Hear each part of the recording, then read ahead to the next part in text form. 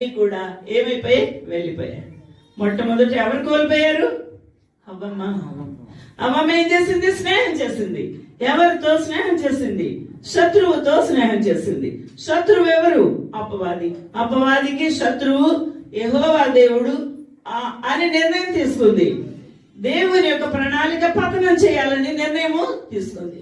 అసలు అపవాది ఎందుకు ఈ పతనాన్ని చేయడానికి ప్రణాళిక రచించింది అనంటే, దేవుడు ఇంకా ఫర్దర్ గా, దేవుని యొక్క సృష్టి ఫర్దర్ గా అంటే ఇంకా ముందుకి ఏమాత్రం ఆదామవ్వల దగ్గర నుంచి పుట్టిన పిల్లలు అటువంటి పరిశుద్ధులుగా, అటువంటి నీతిమంతులుగా, అటువంటి మహిమ కలిగిన వారుగా ఈ లోకమంతా నింపకూడదు. అర్థమైందా? వాడి యొక్క తంత్రం అది. అయితే వాడి యొక్క తంత్రము ఎరిగిన వాడు ప్రభు. సీక్రెట్ గా వచ్చింది. ఇప్పుడు ఎక్కడి నుంచి పడ్డాడు సాతాను? ఎక్కడి నుంచి పడ్డాడు సాతానుడు?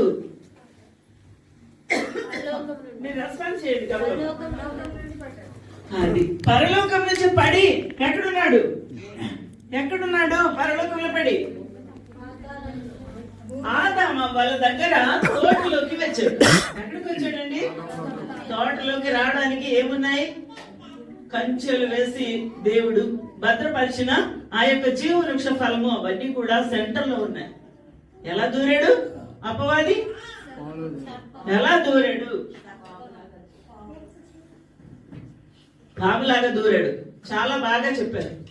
పాము ఎలా ఉండింది? పాము నడుచుకుంటూ వచ్చింది. పాము చెట్లతో ఎక్కుతూ పళ్ళు తింటూ ఆ యొక్క సంతోషకరమైన జంతువులతో కూడా మాట్లాడుతూ ఉండేది. ఇప్పుడైతే పాపం చేశాడో, ఎవరు? ఆదామవ్వలు పాపం చేశారో దేవుడు వారికి శపించాడు. అప్పుడు ఇది పట్టుతో పాకుతుంది.